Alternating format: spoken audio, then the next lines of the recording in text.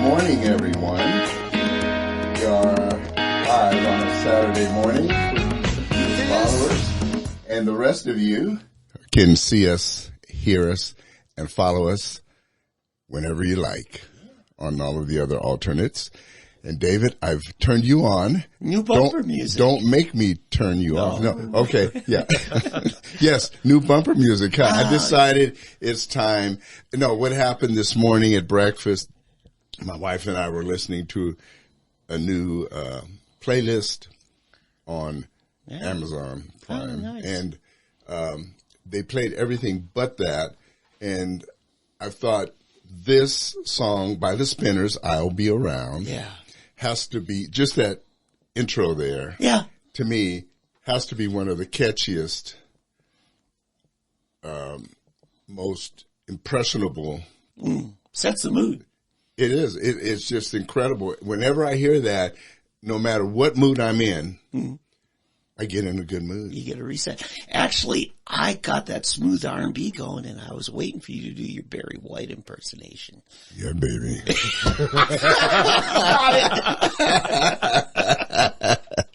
Oh man, don't make me go back. Don't make me go back. Kelly will have me going to confession. No. Hey, again, welcome everyone to Fresh Black Coffee, to hopefully wake you up in more ways than one. For those of you that may be new, the Fresh Black Coffee is to wake us up politically and socially, to if you're lethargic and have not been paying attention to what's going on in our nation and in the world. And I'm here with my friend and colleague, sidekick, and many other things, David Van Risingham. And we've done this now for... This is our third season. Is this 3 years now? Wow, man. I say 3. We started in 21, all at 22, and now we're in 23. Wow. You know, they say the third year is the toughest in a marriage. Oh, boy. So we better watch out, Dave. All right. We better watch out. Be careful. Yeah, be careful. Yeah. Hey, our special guest today is County Commissioner, Tulsa County Commissioner, Kelly Dunkerley, newly elected a couple of months ago and newly minted, working hard. And it's really a pleasure to have Commissioner Dunkerley with us.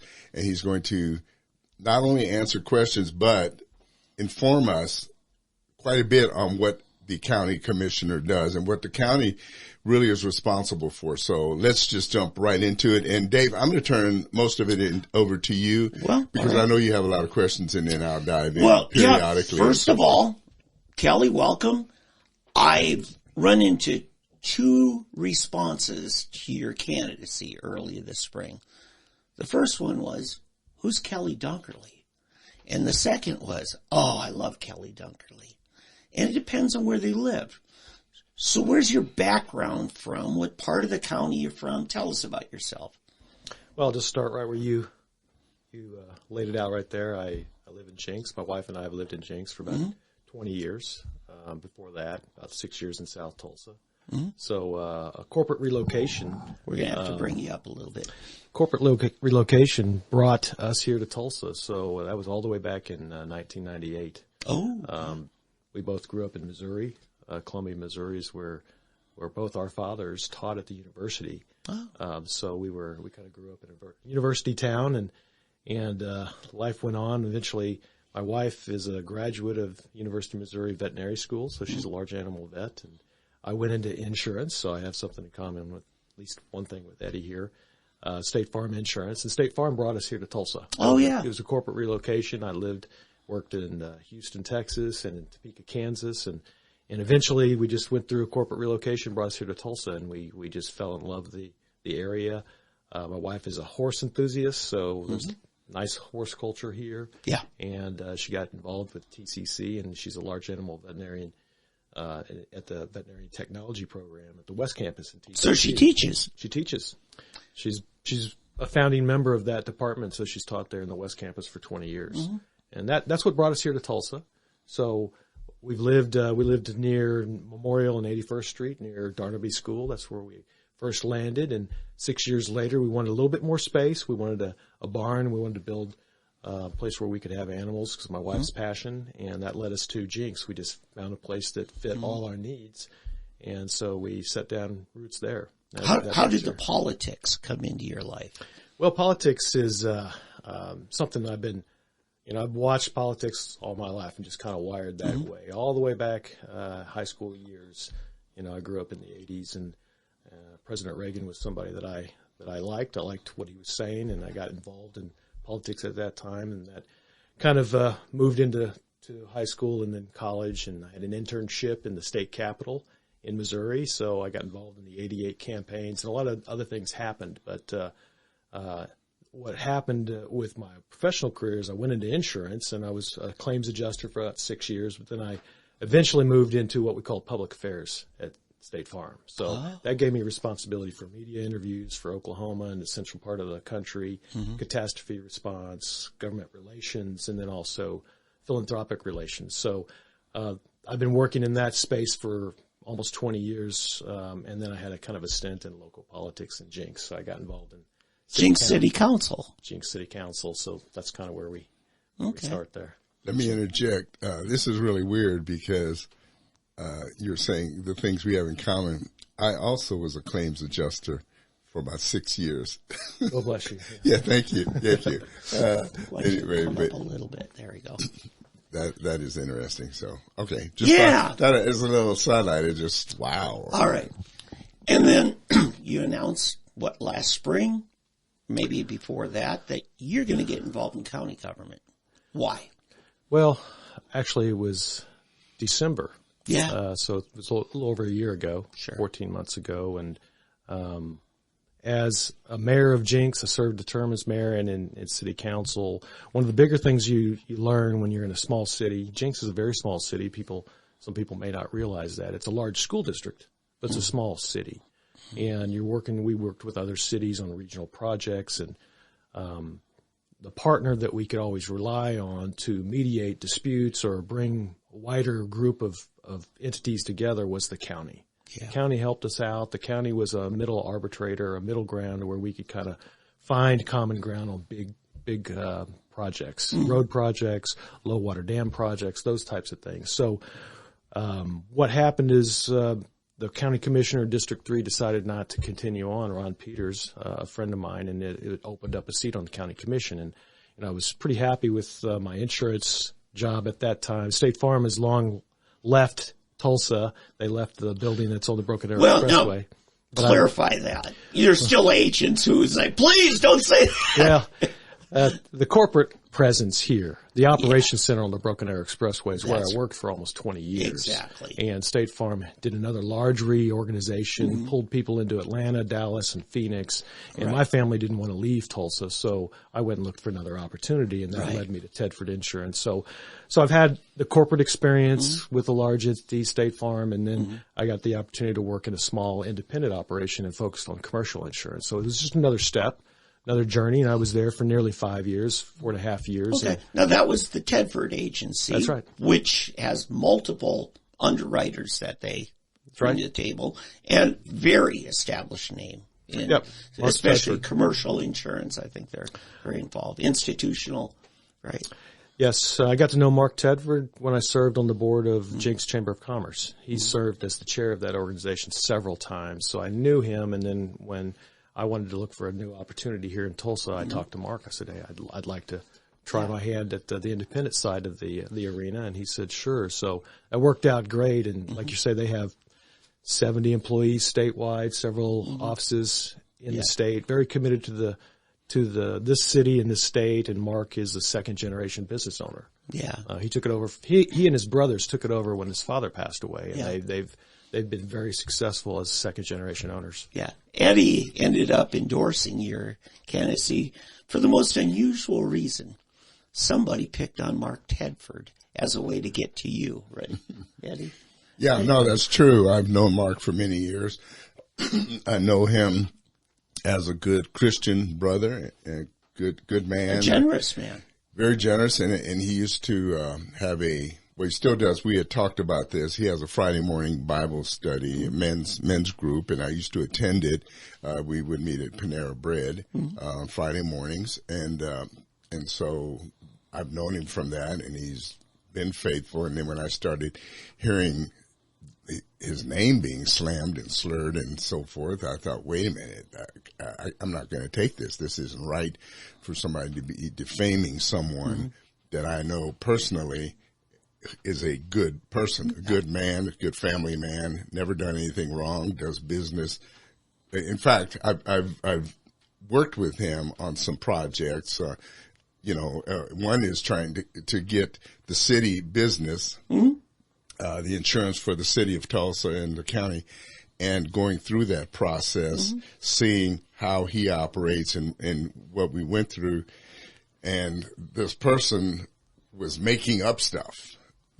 Trying to make it something else. But listen, that's another story. We're here to talk to Kelly Dunkerley, County Commissioner. No, I know. How those things work. But I don't want to hijack the conversation. We're here to talk about the commissioner. Yeah, and so now you're elected. You were elected by a good margin in the runoff. And now you're hit with challenges. What do you see as the big challenges that are most important to you to prioritize your efforts on? Well, the biggest challenges we have at the county level is really trying to find the resources we need to fulfill our constitutional mandates, and that's not unique to this government or a lot of governments. So, working through the budgetary process and learning the different needs that are happening, and our county is very unique. We have different aspects to our county. We have a parks department. We have court services. We have a much more robust system for juvenile justice, a new center. The jail has unique components to it. So public safety is always number one. Number one, public safety. And some of the things I've learned in discussions with the sheriff, me and others, are their challenges with staff, their challenges with recruiting people in law enforcement, retaining the good people that we do have, and making sure that we can do everything we can to encourage them to stay with their career, stay with the county.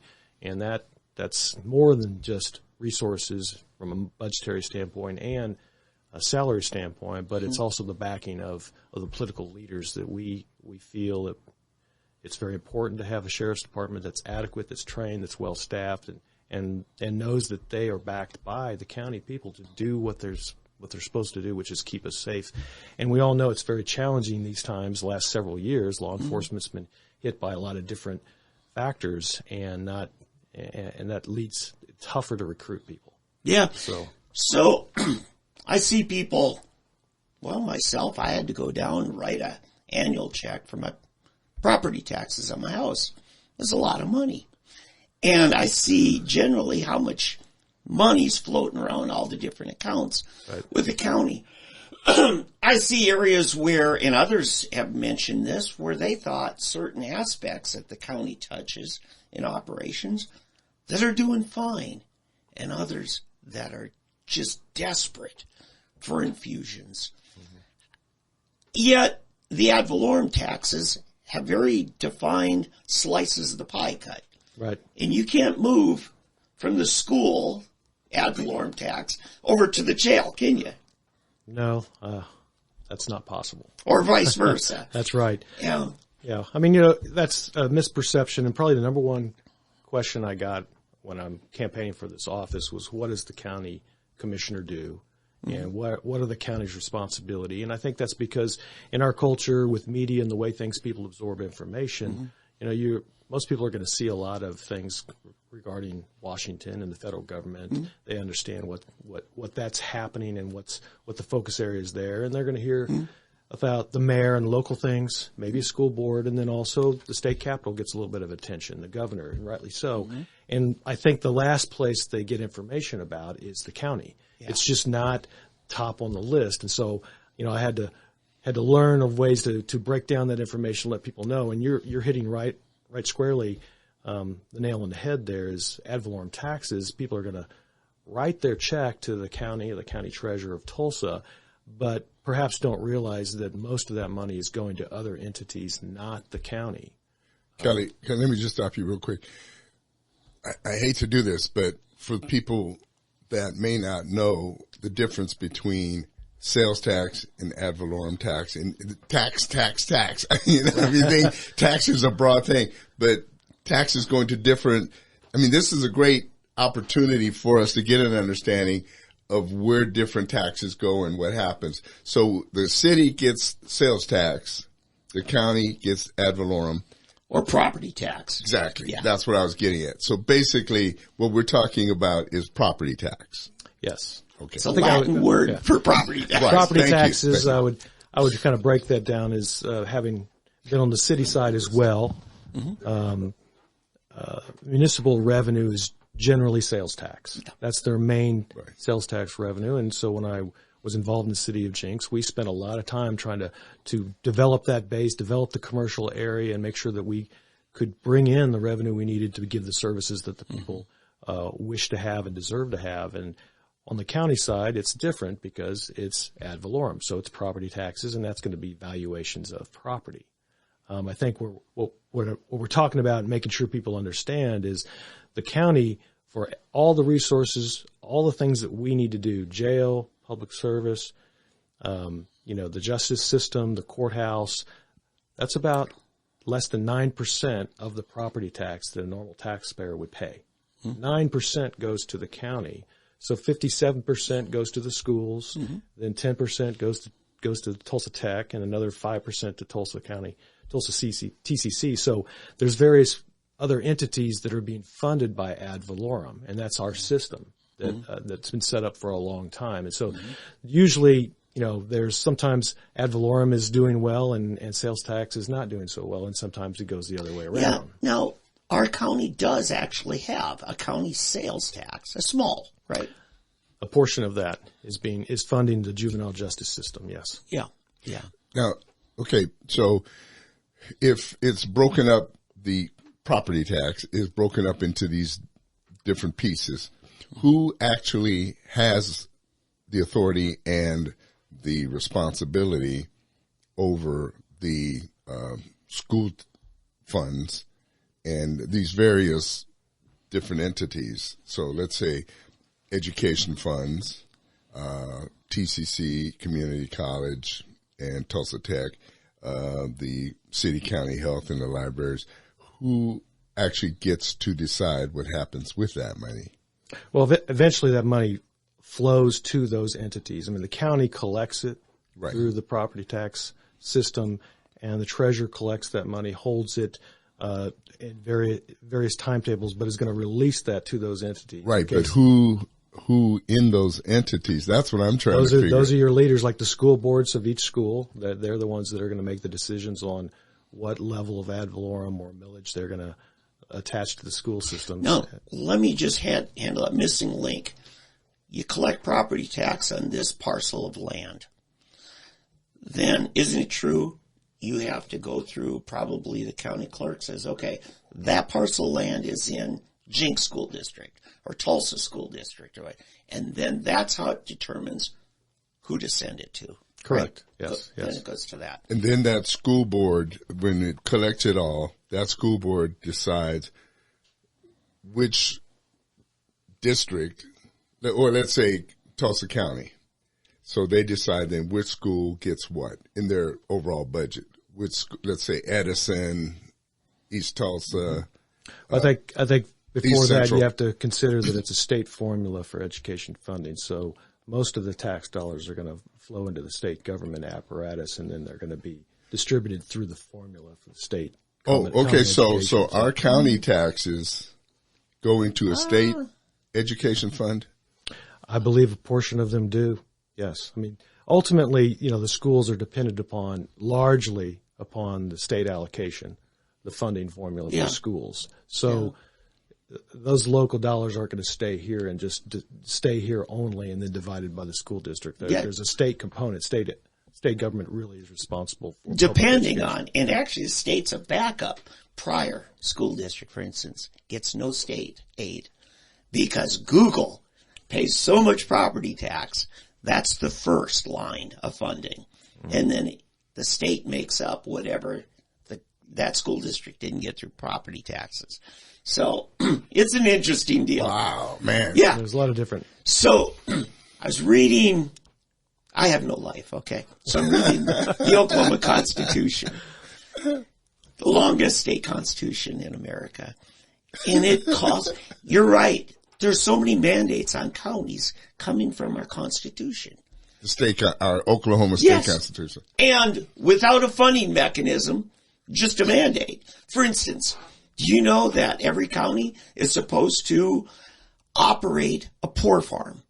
That's language from A poor farm. poor farm. That's coming from our state constitution, and a county orphanage. Okay, I don't know if you guys are doing that.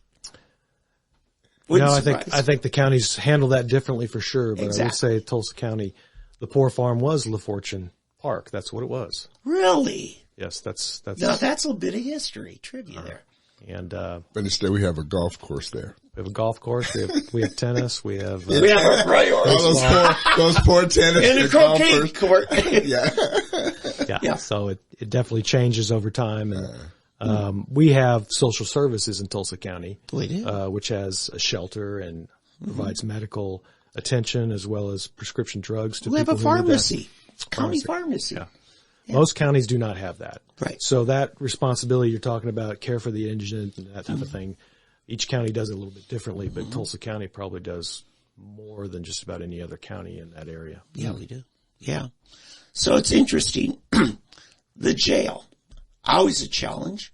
What part of your county budget will you, can you give me a guess? How much of it is just to run a jail? Well, the sheriff's department is somewhere close to about 14% of our budget. Jail is part of that.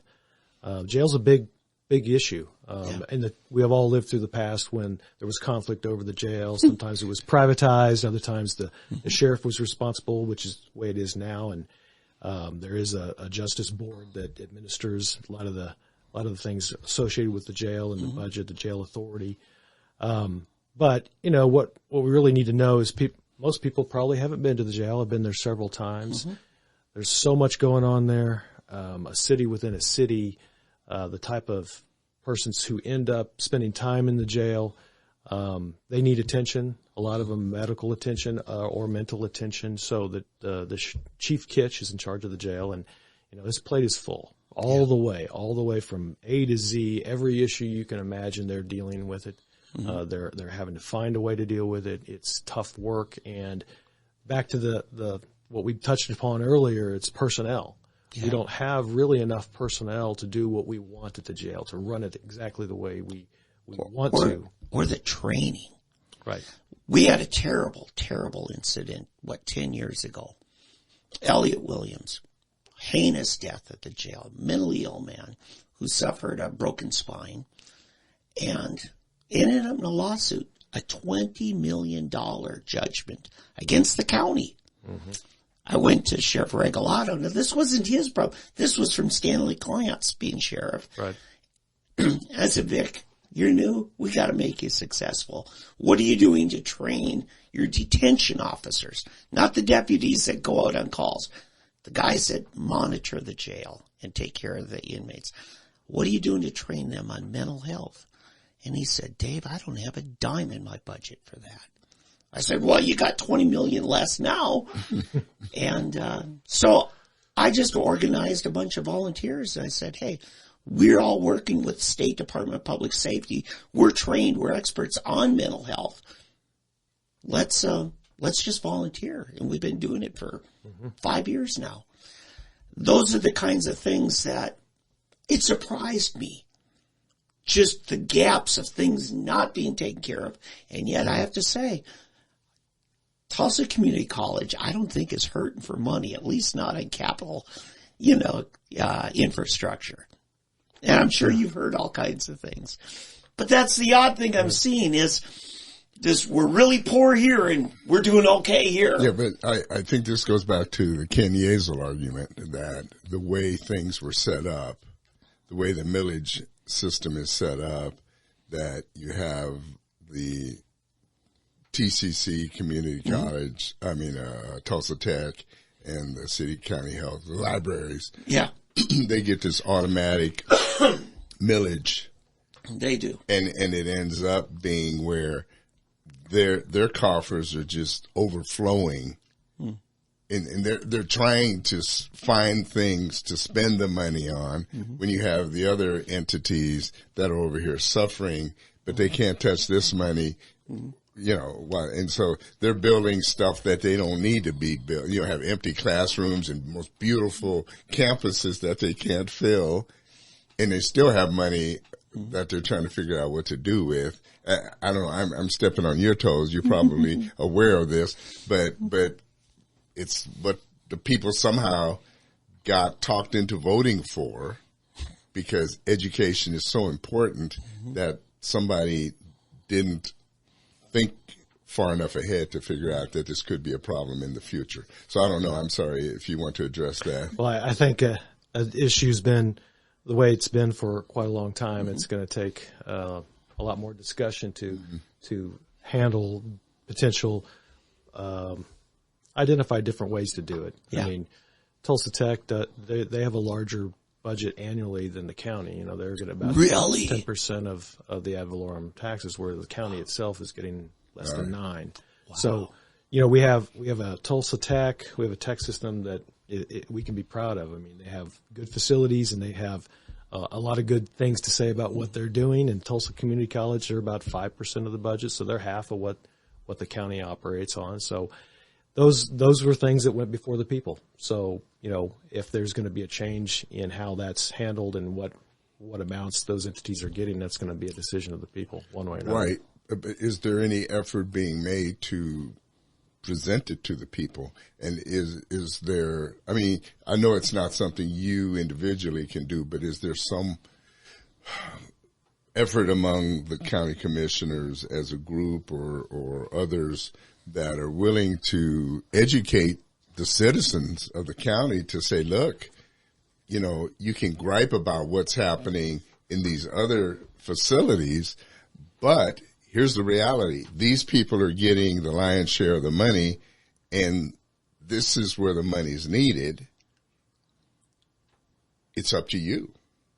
Yeah. I mean, you know, I don't know. I mean, that's what we're here. We're here to help, to get the word out and anything. I mean, I don't want to make you the chief spear catcher or anything, you know, get you in trouble. But I'm just saying, somehow the word has got to get out. People have got to be made to understand that this is a problem, and it's not going to get any better, because as we go down the road in the future, it's going to compound, I believe. But I think you hit on the point. There's usually transparency is the best cleanser of any public process, and just people understanding where the tax dollars are, where they're flowing, what levels are going to which entities, and you know, when and if we have a wider conversation about that with a collection of people, it would take to identify if there are changes that we want to make and how that would be presented to the people. Well, it's a big conversation. Okay, here's one. Well, no, let me just throw this in. One last thing: the city county health. What percentage do they get? I believe I'd be going off of memory, somewhere around 3%. Okay. So what if we took from the 10%, take 2% and give it to city county health, and we could hire the people that you're talking about to enhance the mental health department, to put into the jail, to earmark or designate a division in the city county health department that works specifically on mental health in the city county jail, right? Or in the county jail. Go to vote to the people. Well, I would say, I think what I've learned enough from the sheriff and other people at the jail, we are fortunate to have capabilities at our jail that address mental health. But it's also true, I think, I'll speak a little bit because I know enough to be dangerous. Let me just, in your defense and on your behalf, you've only been there 1 month, about 5 months. 5 months? Okay.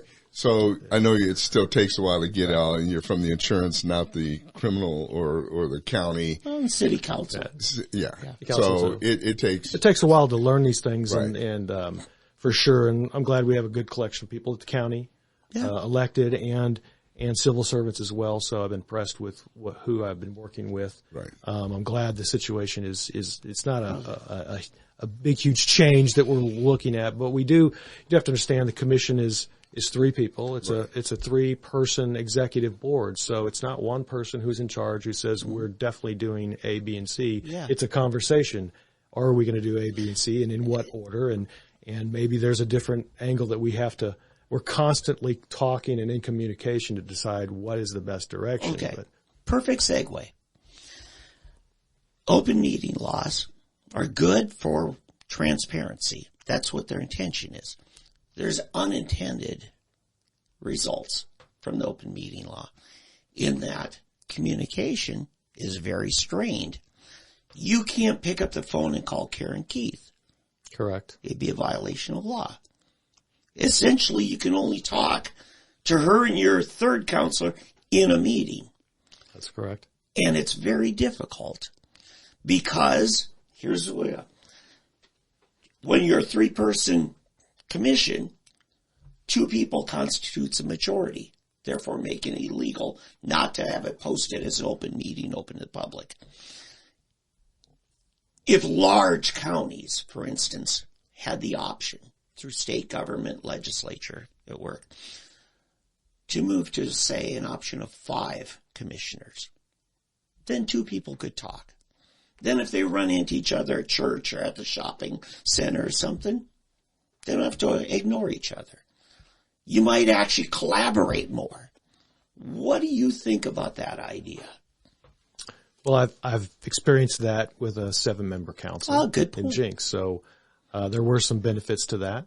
Like you're saying, you could talk to any other member about what was going on the agenda at that time. You could talk to more than one other person, but if you were talking to 4, all of a sudden you're meeting and you're having a meeting. Yeah. You have a quorum. So that's really where the rubber hits the road there. You're saying you can't have a quorum. So that's right. We rely on our deputies. So it's really a 6-person team. It is. So you have the chief deputies of each commissioner and the commissioners. And so the deputies are going to be having meetings with the other commissioners. They have meetings with me. So it is a little bit of it's not a direct conversation between everybody. So it's a trade-off. I mean, we do want open meetings. We want open records. We want transparency, and we want the people's business to be conducted in public. Yeah. So I understand the purposes of it. I guess I've just gotten used to it, and it's just the way it is. Would we want to expand the commission like other counties across the country might have? I think that's a conversation we could certainly have, but I'm not seeing that as the first order of business that we need to look at. And here's the thing you could do. Now, you're a paid position. A lot of the county boards are not. The election board, for instance. I'm meeting with George Weiland and Gwen Freeman, and yet they can't talk to each other. I invite them both to a meeting. They can't talk to each other. They're a little bit nervous about even being in the same room. We could try it out on something like that where it's not going to cost any more money to the taxpayers, but just see what difference it makes for someone like Gwen to get her job done, because she's got a tough job, right? Just trying to have open, free, fair, and proper elections is now a challenge. So this is what I'm wondering. I just thought I'd bounce it by you. Yeah, it's a fact that most people don't realize. The communication process in the elected sphere is impacted by this. It slows things down. So sometimes slowing things down to make sure we're considering all angles is certainly a good thing. Yeah. I don't know if it was George or Gwen, but I was talking to them and they said, well, you talk to more than I do. I'm like, you're on the same board together. Yeah, that's why you talk to more than I do. See what I'm saying? It's a dichotomy. We're trying to make a better government, and in some ways we make it worse. I had been speaking with your deputy, and we were discussing about a lot of properties around, old properties that are still there, and you guys are looking at either the possibility of selling some and renovating others and so forth. Where are you guys in that process? Well, I think there's a number of properties the county owns that we'd like to surplus. I believe we're moving towards that process. It's just a long process, and you've got to stay diligent, get the appraisals, and then put it out to bid for sale.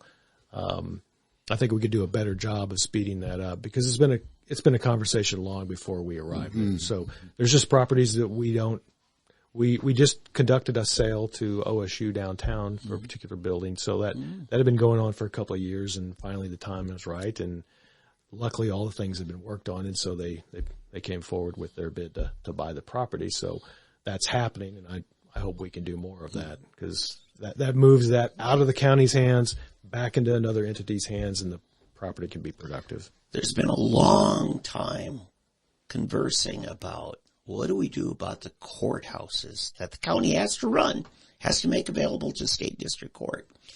And the facilities, I don't think are even safe from fire hazard, for instance. Where are we at on that discussion? What can you tell us? I know there's probably a lot you can't.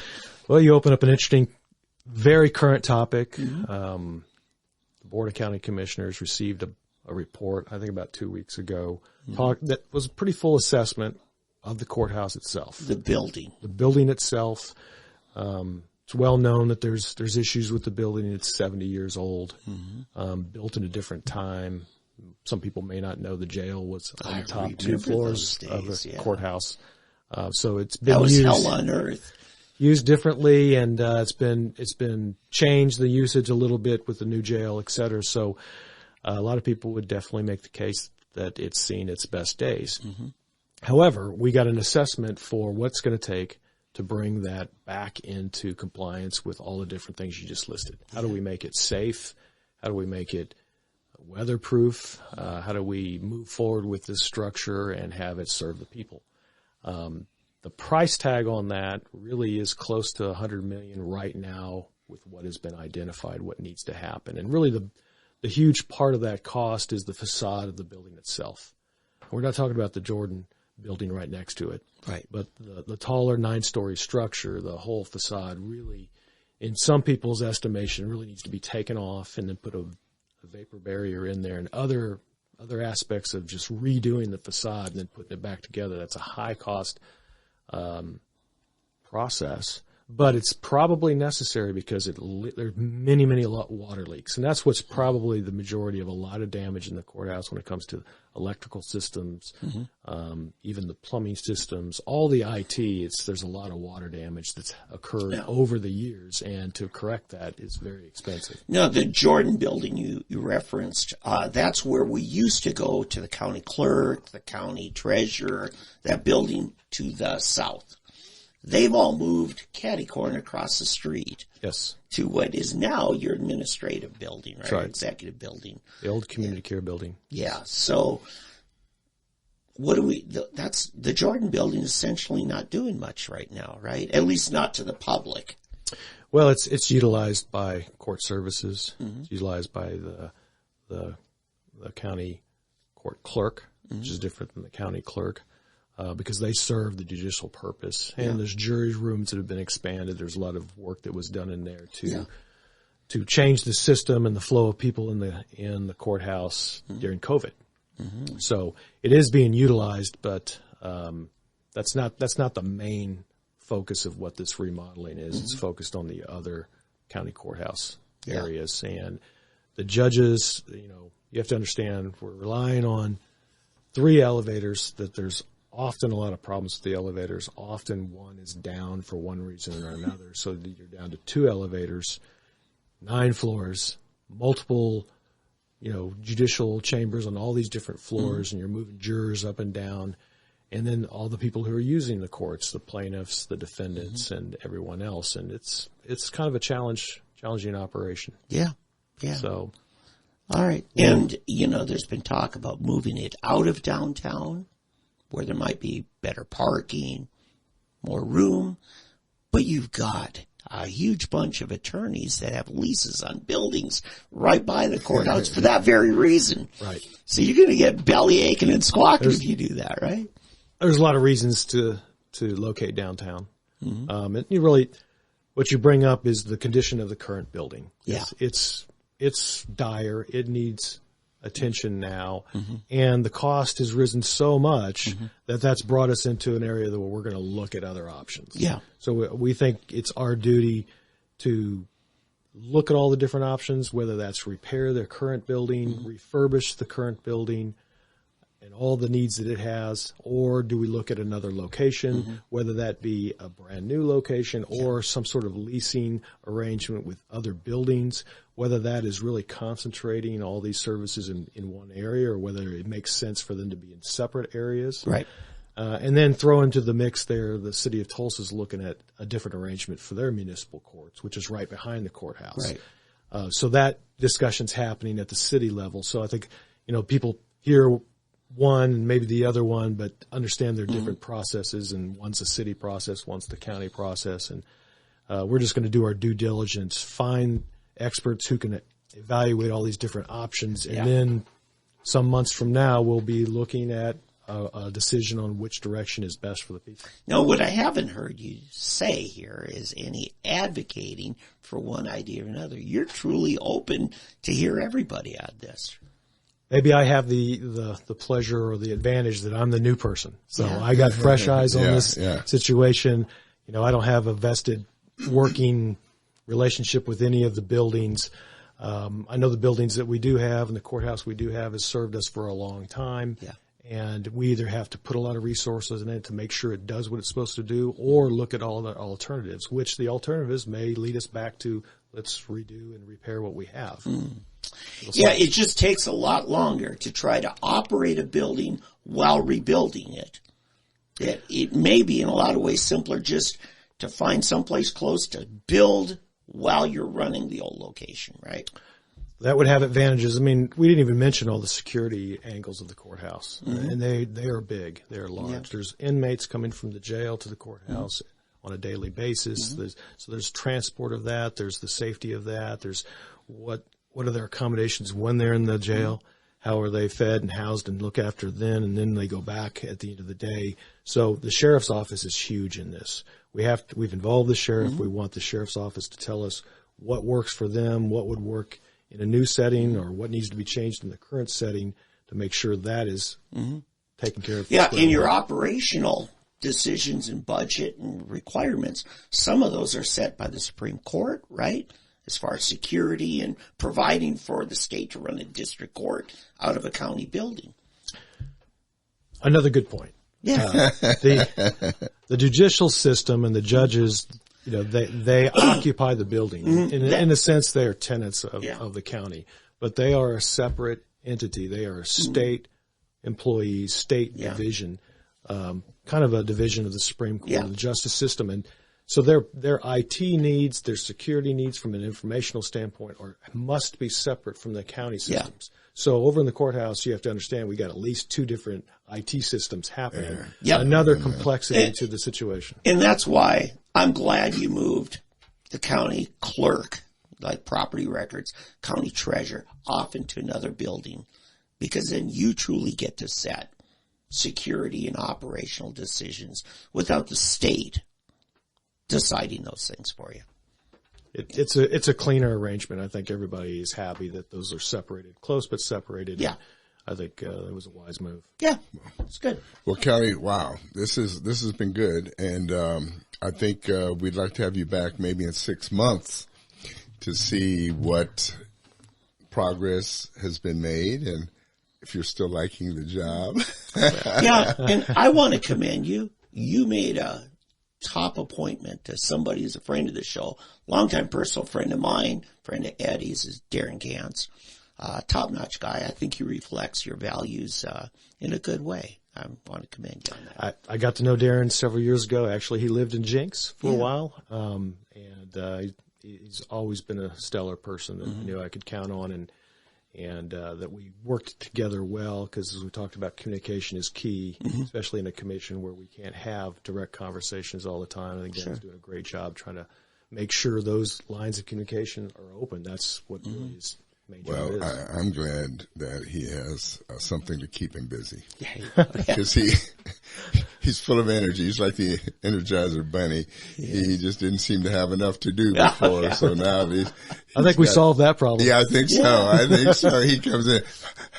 Oh, yeah. He talked to me over Christmas and he said, man, my getting up to speed, he says, I'm usually the first person here and the last person to leave the building just because, and then people will take advantage of you being new and naive maybe and think they can get one over on you, which would harm the county. He's told me a few stories about that. So, but yeah, it's just great. And, county government's something we need. But we need good people looking out for our interests at the county. And so I want to commend you for what you're doing. And I really appreciate you coming in because there's so many people that do not understand city and county government in particular, where the lines are drawn. And we want to try to continue to educate people on where the line from the city, the county, and the state, where each line is drawn and what falls under your purview and what doesn't. And because I think a lot of times people think, the county commissioner, he doesn't do anything. I think that's an impression, or what is that anyway? It's funny you think you take care of farmers and ranchers out there somewhere or something. You know what I mean? Like your wife, a large animal vet. Right. She takes care of horse. They take care of the horses and cows, and they don't realize that you not only take care of everything in the county, but the city as well. You got the city and outskirts to take care of. One, John Smoligal, the former commissioner, shared something with us one time, a Republican Men's Club, is you wouldn't believe the number of intersections where traffic control is handled by the county. You think you're going seamlessly from Tulsa to Broken Arrow. Tulsa put their fence line right up to that road, and the Broken Arrow on the other side, and that road is county. And the traffic lights and maintenance and all that is county. These projects can be extremely complex. I mean, 101st and Garnett is a huge project. It's probably $14 million project to update that intersection alone. But, in a floodplain. In a floodplain. And the county's in the middle of it, but both the cities are working on it as well. There's a state component. We have a federal grant. I mean, these things take a long time to unwind them. And then put them back together. But $12 to $14 million is a huge, huge thing. And in fact, that kind of equals what our annual budget is for roads. Yeah. Which, just real quickly on roads, I'll tell you that the county is responsible for a lot of roads in the unincorporated areas, but sometimes section line roads that are bordered between cities. So we're right in the mix and hoping to work all those projects as partners. And it takes communication and dialogue. So that's really what our job is. But the county's budget for roads is dictated by a formula from the state. Yeah. And it doesn't come from the ad valorem we talked about. That is a formula based on population and the amount of roads we have. So in a sense, you can say the county, when at statehood, we're forming the state, we have a state capital, and from there they create the counties and the county seats and then give the responsibility to the counties for the roads. So in a sense, and they might give you the money for those. Well, there's where the formula arrives from, is that all the gravel roads, in Tulsa County are no longer gravel roads. Those are roads that we have to build like any other road. And the more our population gets, they're not just gravel roads down there. Yeah. Where you go out to many other counties, it still is very similar to what it was in the very beginning. Gravel roads, and their budget reflects it. Ours doesn't reflect that. So, there's challenges to work on that. One last thing I want to say on roads. Talking to Smoligal several years ago, I said, why don't we do more roundabouts than these four-way stop signs and then eventually become this very elaborate traffic light systems? And then the power goes out and we have an ice storm or whatever. And it's a disaster. Cars lined up half a mile waiting at becomes maybe a four-way stop if people followed the rules and etiquettes. But you go a roundabout. Well, John was like, I hate roundabouts. Oh, I hate roundabouts. So I called Darren, right after he appointed him to, I said, have you ever given more thought to it? He said, we got 3 of them going in on the Wagner County line. We're sharing the expense with Wagner. I said, well, it's a good thing Wagner has good sense. Maybe they talked you guys into it. Love them. Because you don't have to stop. Yeah. You slow down and merge. I'm kind of in a way with Smargo. If you don't have people that have enough sense at 4-way stops to know who's supposed to go next, you're going to have a mess at a roundabout. Listen, I lived in Europe for 20 years of my life. They know how to do a roundabout. Exactly. Are you saying they're smarter than us? Yes. Are you saying we can't be trained like they can be trained? Well, yeah, but the insurance industry will love it in a way. Loss ratios will skyrocket. But you know what you don't have? You don't have deadly accidents. Well, because they aren't head-on collisions. Yeah, that is true. They aren't T-bones. They're side swipes. Yeah, you'll have a lot of oopses. Yeah, as I call them, oopses. Yeah. Yeah. But I agree with you. Roundabouts to me, I love them. I love roundabouts. But trying to get people trained on, because I've seen it. I mean, the one over at, Admiral and Mingo. Yeah. I've seen there are people, that don't know the rules or don't care about the rules of a roundabout. It's another whole. Well, if you approach a roundabout once every 6 months, you're never going to learn. You get enough of them, you get critical mass, and people make it. Kelly, if you don't mind us taking some of your time. I'll gladly defer to you. Just, this is for you people out there. Oklahoma, people don't know how to use their blinkers when they turn. Apparently, they don't teach that in driver's ed. You're being kind. They just don't care. Yeah. They know they're turning. There you go. And the other one that gets me is the one that if you're going down a narrow street and a car is parked on your side of the road, you're supposed to stop behind that car and allow the car that the other is on the side that does not have a parked car go. Yeah. For some reason, they missed that class in driver's ed because they think they can go and you're supposed to wait on them. I got here first. Well, they didn't even get there first. They got, you're just going to have to wait for them, and it's like unbelievable. And I'm thinking, you must have gotten your license from a Cracker Jack box or something because. That's not ignorance. That's attitude. No. I honestly believe people didn't get that in their driver's You're being kind. I education. think they got bad attitudes. Yeah. Now, some of it will be bad attitude, but I honestly believe they weren't paying attention or they didn't get it. So, but anyway, thank you for allowing me to spew. But anyway, spew from people Kelly, are, listen, it's back, every it's road. all yours again. We'll have a couple of roundabouts, so we'll see if that. Yeah, let's see how those work. No, I love roundabouts. I agree with you. I think roundabouts are a great idea. I mean, they speed up things. And the other thing I think it might help with is the aggressive driving.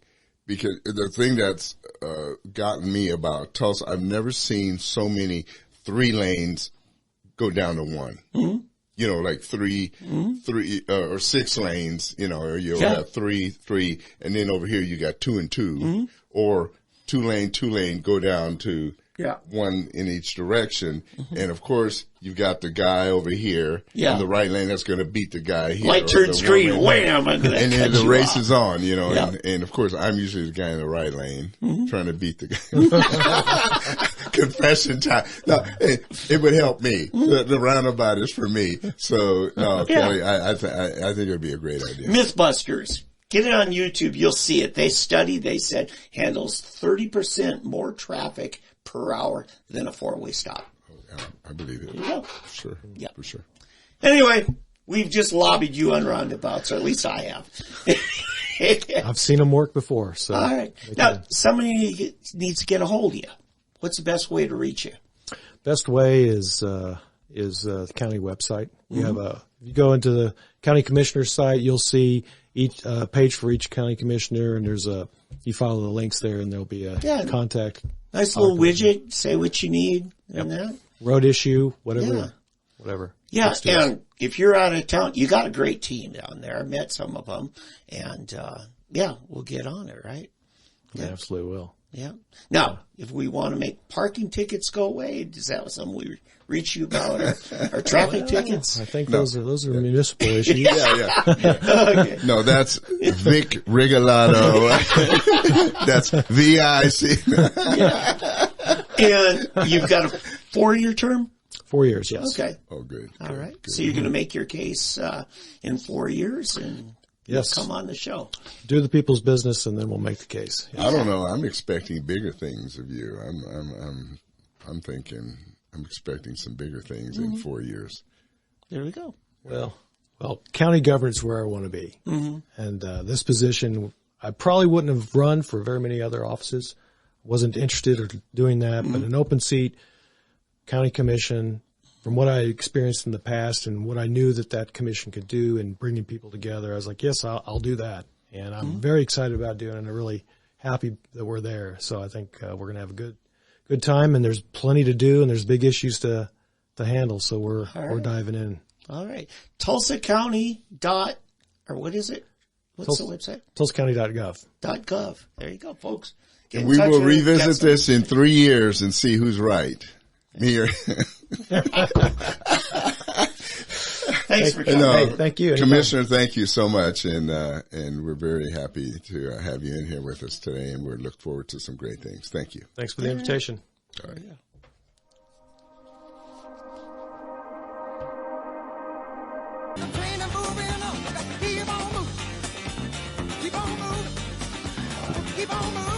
Well, I didn't expect that song. So keep on moving. Just keep on moving. Dave. I found it. The Doobie Brothers. I did not expect that to be our intro back in, but it works works for me. Doobie Brothers. The Doobie Brothers, yes. Now, remember the Doobies? The Doobie Brothers from the late 60s, early 70s? Now, who was it joined Doobie Brothers later in life, kind of raspy voice? You're talking about Michael McDonald. But he didn't actually, he was always there. Right. It's just that he did some of the later big hits. More vocals? Yeah. Right. He was always a keyboard player. That's right. In fact, who was it? I was playing some early 80s or late 70s oldies, somebody else, and I'm hearing Mike McDonald in the background. Yeah. And you can't mistake Michael McDonald's voice. No. One of the greatest voices. Yeah. Yeah, Michael McDonald. He's unbelievable. Yeah. But probably my favorite Michael McDonald song is Yamo Be There. Yamo Be There. Yeah. Up there. Yeah. Hey, everybody, we're back. We are back. We just had a wonderful conversation with County Commissioner Kelly Dunkerley, and I thought it was very informative, so hopefully you listened to at least some of that, if not all of it. It's interesting how little we really know about city-county government, particularly county, and I think a lot of people get into what's going on with the city, but not so much the county, and it was really good getting more. And we're going to have him back and get more deeply into it. He's only been there several months now, but as we get into it, I asked him if he'd come back in, say, 6 months or so, and we can get a better picture, even more in depth into some of the things that are going on and so forth. So that was good. Hey, by the way, we just learned that we have been banned from Facebook. Yes. So our Facebook audience, we apologize to you guys. If you can't watch us because they banned us about some content apparently last week, we hurt someone's feelings and someone felt that we crossed the line and we offended someone. So if we offended you, too bad. We do not apologize. Can I tell you what they said? Oh, okay. I've got it here. I just found it. Your post, and this is a post from Terrence Williams. Terrence Williams. Yeah, famous comedian from Broken Arrow, orphan kid here in Tulsa area. Evidently, as a post says, Terrence Williams drops the mic. Something Terrence Williams posted that we reposted. I also did. You mean you reposted? Yeah. Because I didn't even know we had a Terrence Williams post. It said, your post goes against our community standards on coordinating harm and promoting crime. Promoting crime? Yeah. So what did Terrence Williams post that I knew nothing about? I probably can't find it because they'd taken it down. We also added restrictions to your account because you didn't follow our standards multiple times. Multiple times. Only the people who manage, and actually this came to Sooner Politics as well, can see this post. We have these standards because we want everyone to feel safe from Terrence Williams. And I just added and respected. Terrence Williams didn't respect somebody. And welcome. If your content goes against our community standards, again, your account may be restricted or disabled. You can agree with the decision if you disagree with the decision if you think it's wrong. I'll have to check in on that. But that, because you're hanging out with Sooner Politics now, evidently you're getting in trouble, Eddie. I guess. It's by Fresh Black Coffee. So if you missed our live show at 11 o'clock Saturday morning and you're watching on the podcast, that's why. Well, they probably got that notice right there that we've been blocked or disabled. Mm-hmm. They probably let them know that we're bad boys. I don't know. Right now, it's just not letting us post live video. Right, but they're probably, you don't think if people are looking for us, they're not telling people why they can't find No, they won't tell others. So we'll have to tell them. Okay. Yeah. Okay. So anyway, we have drama with Facebook, which I consider a badge of honor, Eddie. Yeah, but do me a favor in the future, don't post other people's stuff anymore. I didn't think I did. Well, then how did Terrence Williams get on there? They sent that to Sooner Politics, and maybe it's because I manage my Sooner Politics page. Oh, so they confuse Sooner Politics with Fresh Black Coffee. It could be something unrelated to that. Or it could be because I personally signed in that it's me personally that's being restricted. So, I don't know.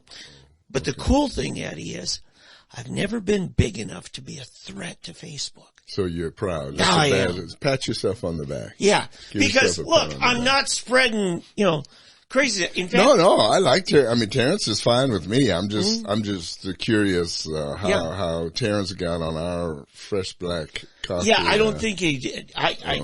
Because I do have bots that repost let's do this. It. Go ahead and question it. Go ahead and object Yeah, actually, there's nothing on Fresh Black Coffee from Terrence Williams. Then we need to find out. I don't. I think that was sent to me in my personal account. But they blocked us. For some reason they did that. I don't know why, but Sooner Politics page got sanctioned. I see. Because I reposted to Sooner Politics, which is Oklahoma Political. Right, that's a different deal. So, right. So we just need to somehow keep. Yeah, and I think it is. But You're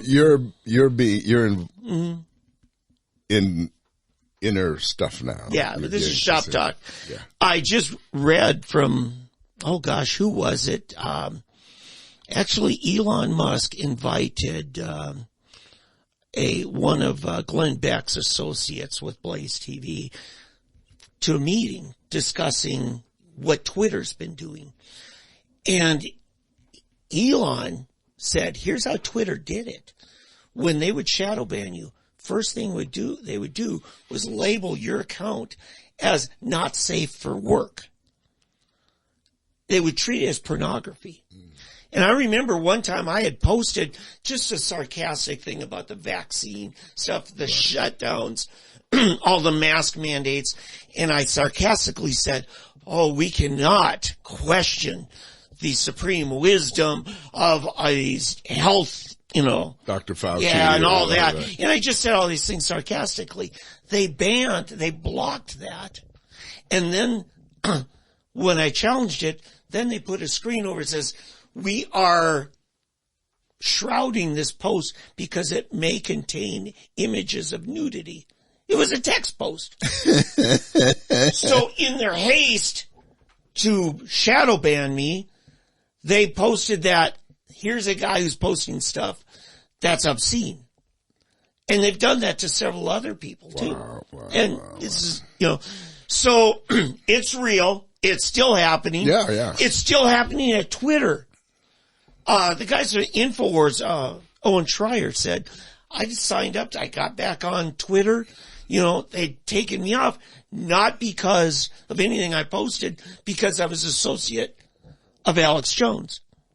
They flat out said, no, you work for Alex Jones. Yeah. You're banned. Well, my question there though is it possible that there's like a lingering something in the system that's still, in other words, they haven't cleaned up whatever it is that kicks in. Right. And so here's what Owen said.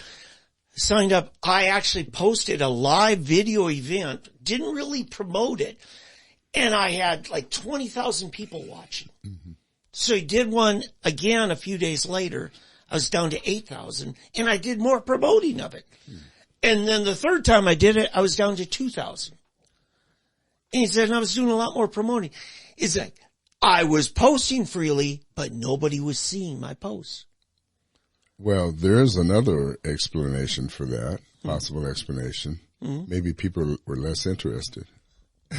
I don't know. I mean, you know what I'm saying? I mean, there are other explanations than he's being shadow banned again or whatever. But something he didn't even promote got 20,000 and people didn't even know he was on Twitter. Yeah, but you know, we didn't promote us being on YouTube, and every week we look at it and all of a sudden there's people watching, Facebook, people watching us or, you know, on our other broadcasts. So you never know. I mean, but usually those things grow over time as you build an audience or reach out. You know, his one just the opposite. Well, okay, a great example. Okay. You mentioned it in our last segment. Our biggest episode was last year when we did the case of the cop shooting, you know. Right. And since then we haven't. Well, podcasting works on a different deal. It depends on how many people are out there sharing something that's pre-produced and just sits there static. Right. So podcasts, you don't know what the lifespan is. This show generally has a short life because of current events. Okay, 3 months from now, a lot of this stuff. Right. Oh, no, I agree. You know, but that hit a nerve. Yeah. That it got shared. I mean, cops sharing with other cops, DA's office, you know, ACLU, everybody was So we're on somebody's list. That particular topic. Us, maybe. Yeah. And, you know, Kevin Adams, the attorney we had, he may have been sharing the heck out of it. Yeah, no. You know, so these are the things, when it comes to live. Probably a bunch of libs were watching it. And afterwards they watched it. Oh no, we can't follow these guys anymore. That's true. And they chased them away. Yeah, probably went the other way after that. So, you know, but this is what we're dealing with. You know, someone says, if you aren't paying for a product, you are the product. Yeah.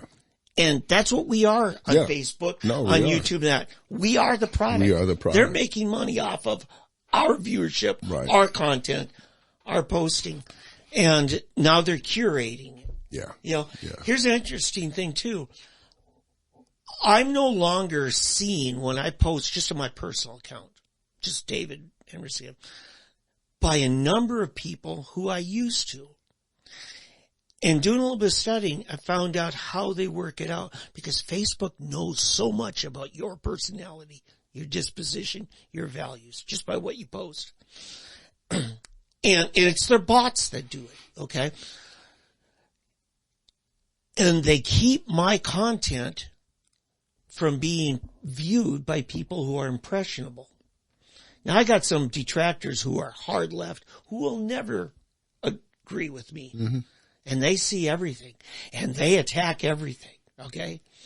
And they're okay with me, you know, being trashed and belittled by them. They want them to keep attacking. Right. But somebody who I could actually inform on an issue who isn't informed, as Rush would say, the low information voters, they want people like you and me far away from them. Yeah. You know, it's interesting because, I've gotten back on Twitter. I'm back on Twitter. Good. And I have found that we really, there we go. Action cam. We're going to move this around here. All right. In the middle of my, so anyway, on Twitter, I found that the people who, don't agree with us or me are the ones who now chime in. I mean, I have great discussions now every day with people that I can argue with vigor. I mean, it's really great, you know, discussing with these progressives or liberals or whatever you want to call them. And it's really good because it's getting my juices flowing again. Because on Facebook, I still love getting on Facebook because I get to communicate with people that I do share values with and ideas with. And so we go back and forth. But I find that I get challenged and I get to broaden my intellect, my what would you call it?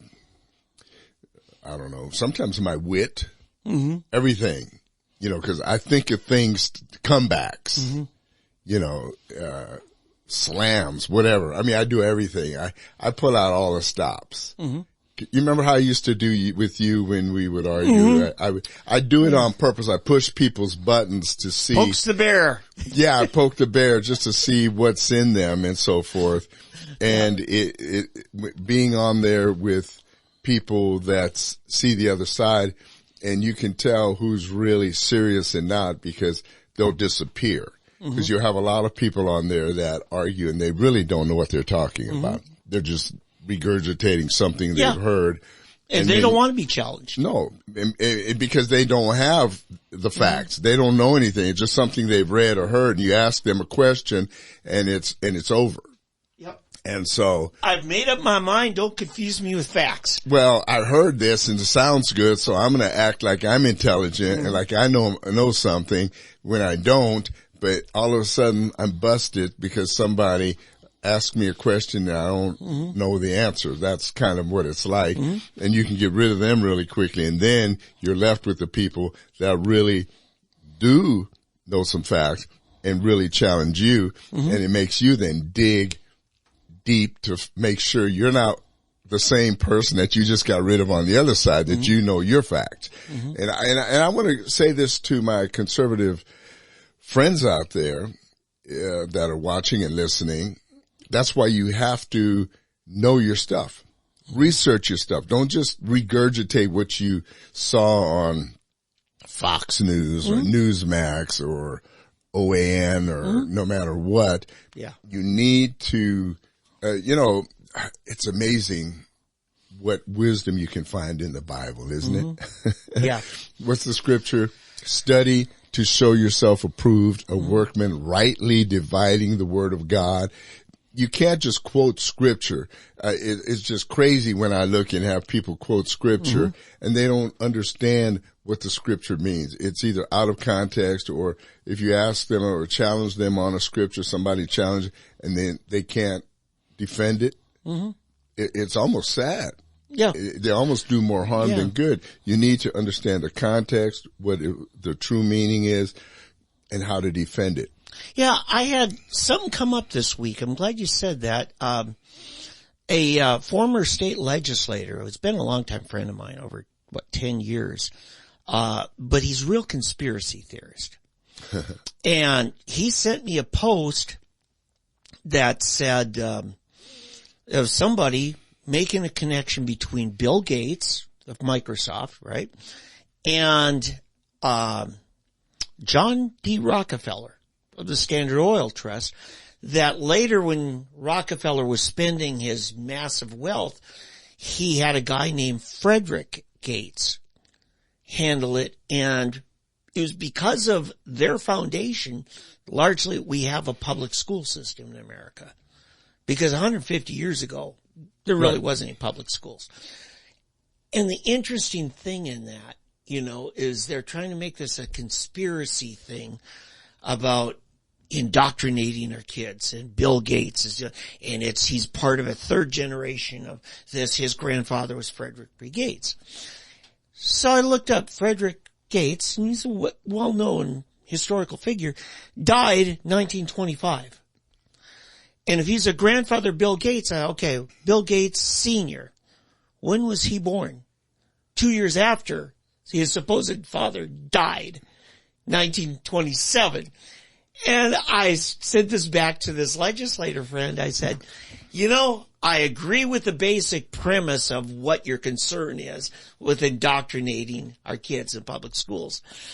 But you discredit yourself when you just send out stuff that factually it not only is untrue, but can be so easily disproven. It took me 3 minutes on Wikipedia. I know.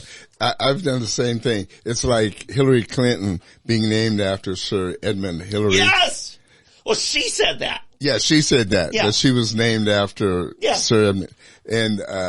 And the fact that he didn't climb Mount Everest until 2 years after she was born. Yeah, he was an unknown entity. He was an unknown entity. He was a recreational mountain climber. Right. That's it. Right. And then after she was born, but she was named after the sky. She says. Yeah. She says, right. Yeah. So, these are the kind of things that Democrat, and then, which brings me to the thing I just sent you, about,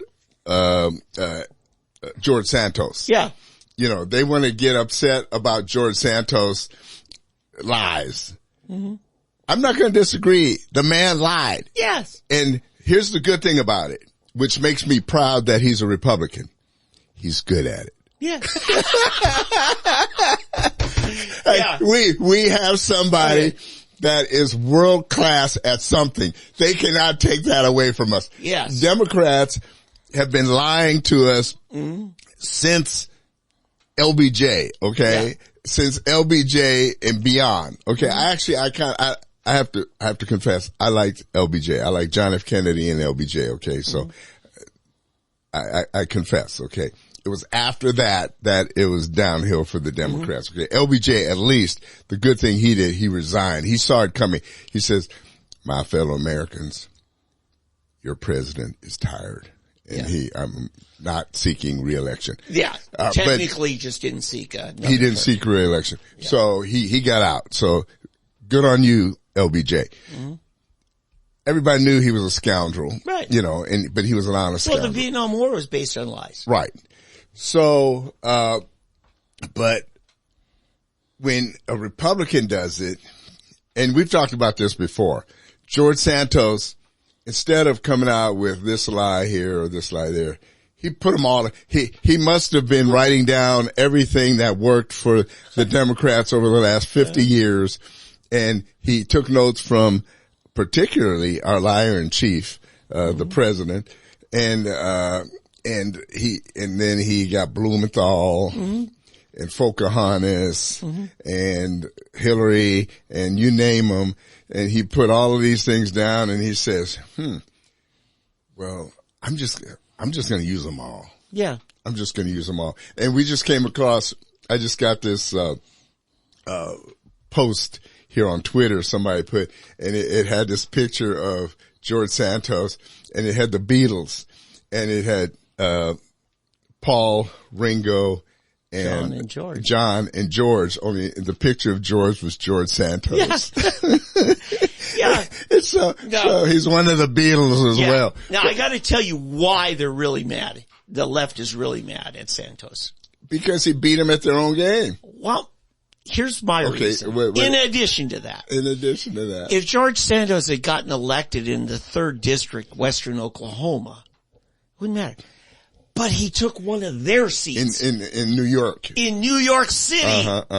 Right. And so it was actually, I think, Brooklyn, Long Island area. Fact is, there's 4 congressional probably districts. Right next to AOC. Yes. She's right above in Queens. And she's a lie. Yeah. I mean, basically, she was a bartender. She went to some elite, girls' school. Mm-hmm. She went to an elite school and she makes you think she's a Puerto Rican peasant or something.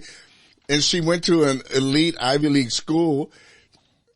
she's a fake. Yeah. I mean, basically. Yeah. So come on, you know. Yeah. And, yeah. She's not from there. She's from the wealthy part of New York City right, suburbs. Exactly. But I really actually want this debate to happen in Congress, but I want the Republicans to put a select committee together, much like the January 6th select committee, and take everybody in Congress who we've documented a lie on and put them all in one bag. No, well, first what you want to do is get the Democrats to agree that if you're going to get rid of George Santos because of lies, that they're going to get rid of every House member that has lied, and senator that has lied. And that'd be fun. Get the House to investigate the Senate. Would that be fun? Blumenthal.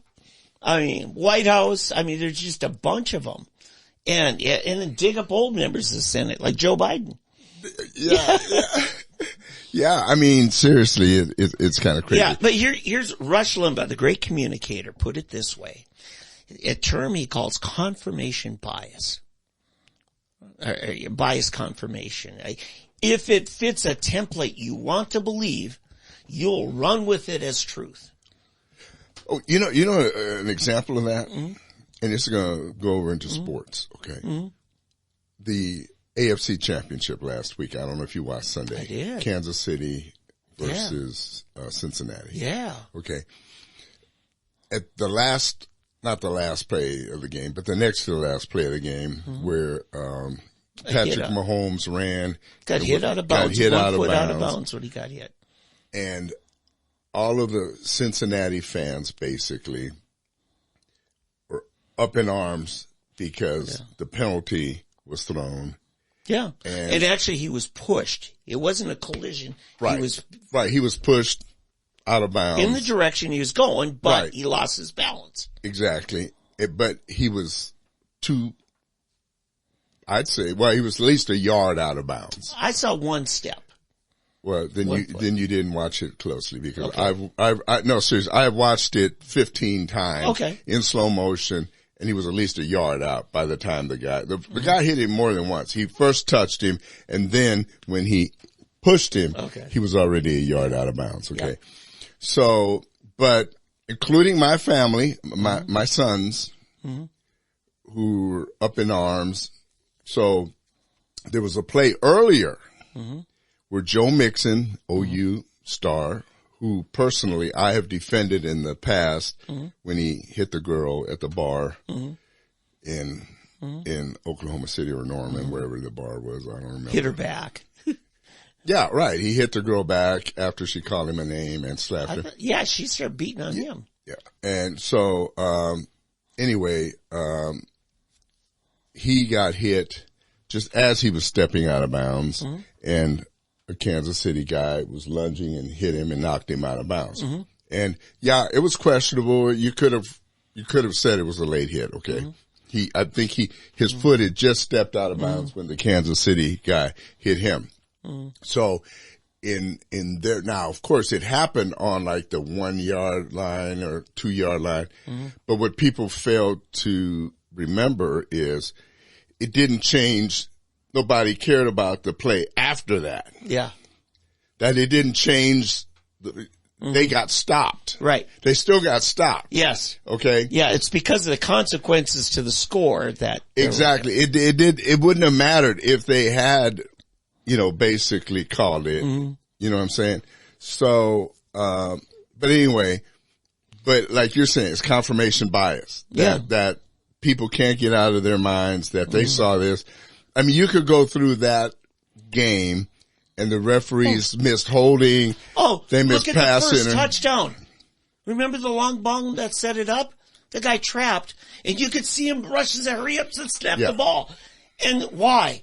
Because when we finally got around the replay, clearly it was incomplete. You're talking to Philadelphia. That was on third down. The Philadelphia. Was that the? That was I'm sorry. Yeah, that wrong was, game. Yeah, that was Philadelphia. Right. Okay. But yeah, nobody's arguing about that. But that's course, right. And of course, that didn't matter because Philadelphia killed. Oh yeah. Yeah. I mean that was So these are the thing in my and like one of my sons is a big Philadelphia Eagles fan because of my dad. That was his team.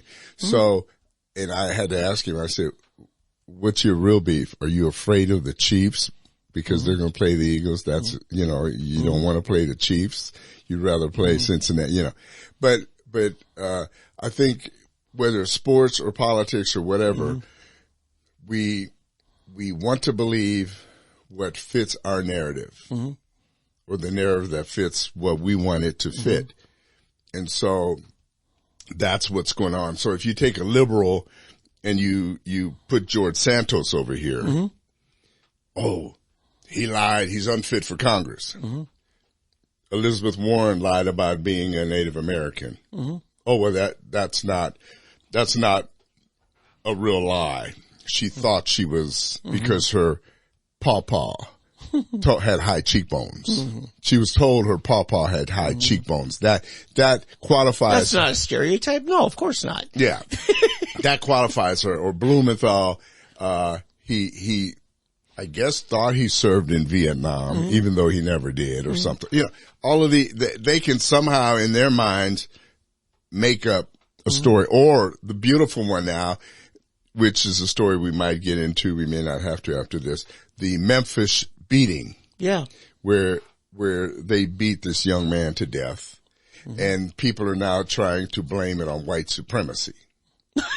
No, five black officers beat a black man to death, but it's white supremacy because these young black men who beat him to death are so traumatized, or their upbringing has convinced them that this other black man is not worthy of being treated. I mean, you can come up with such BS in your mind, and somehow these people on MSNBC, CNN, you name it, and they will believe this crap, you know, and so you're sitting there, we're sitting there going, what? What? You're going to tell me that 5 black guys beat this black young man to death, but it's white supremacy, you know, or I don't know if you've seen this latest video, horrible one I just saw, where on a school bus, these black kids are beating this little girl. Yeah, a teenager beats up a 9-year-old girl. 9-year-old girl. And the bus driver sees it, does nothing.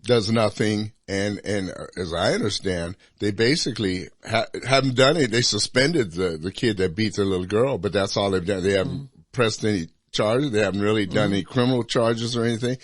I mean, how can we survive? How can we survive as a society when you're going to let this kind of stuff slide? That kid, not only him, his parents need to be locked up.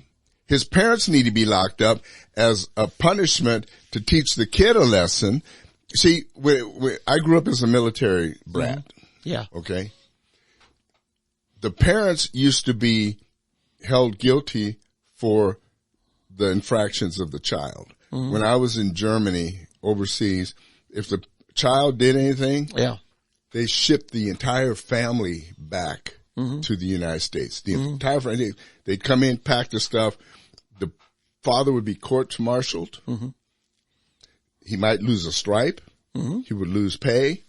He would be punished for the actions of the child. And it taught the rest of the parents, don't let your kids do this. Oh, yeah.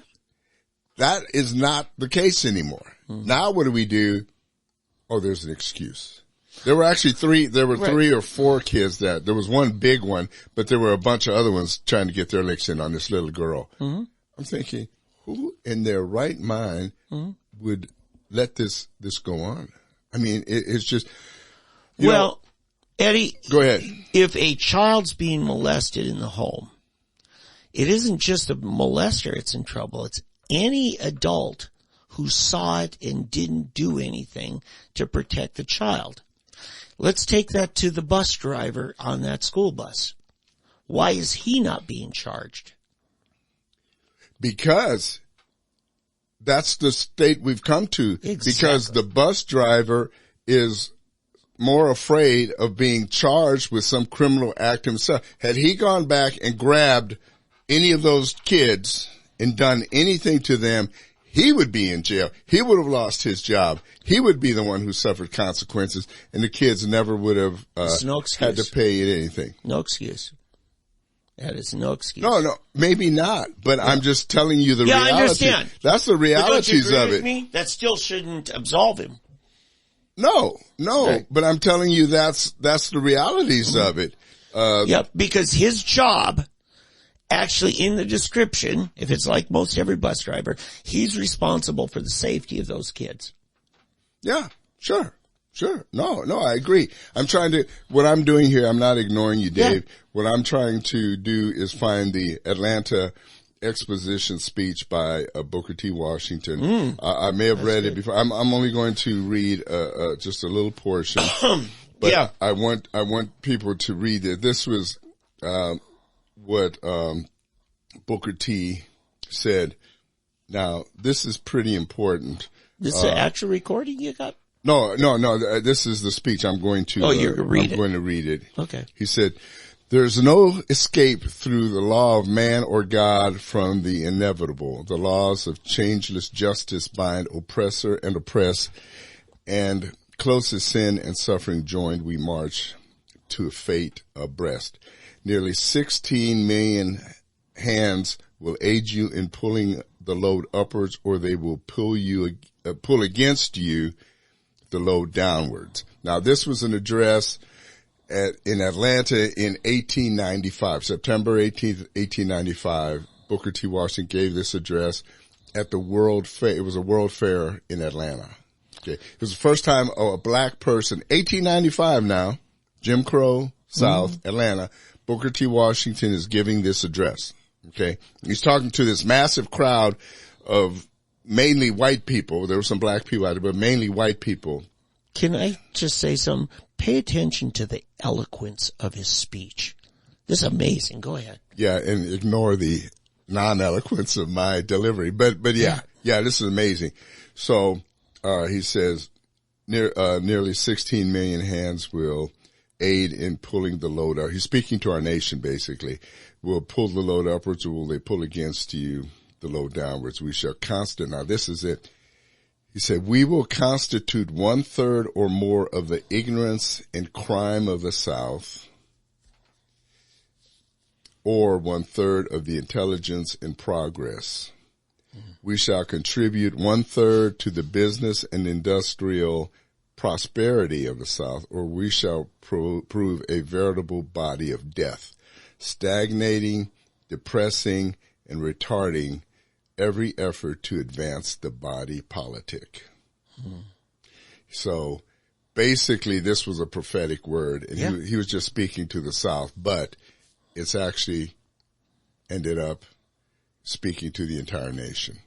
I think he's also in there speaking to the black community too. Well, yeah. Oh no, he was, but he was saying that at this part, he goes on to talk to the black people, but this was to the white audience right there. Yeah. He said that the black community is going to, if not paid attention to properly, will one day either constitute and be responsible for lifting America up to new levels of prosperity and progress, or we will drag it down to its death. I thought I had that off. We will drag it down to its death. And we see what's happening. We did not take heed. And this is what he was saying to the white audience. If you don't pay attention, if you do not pay attention and take heed, I mean, you need to read the entire address of what all he says. Yeah. But he's, this first half is to the white audience, then he goes to the black audience, telling them what they need to do. And he was saying, he said, if you don't take heed to certain things, he said, people of another another country basically are going to rob you of your birthright. He said, you were born in this country, but people from a foreign country are going to rob you of your birthright. Yeah.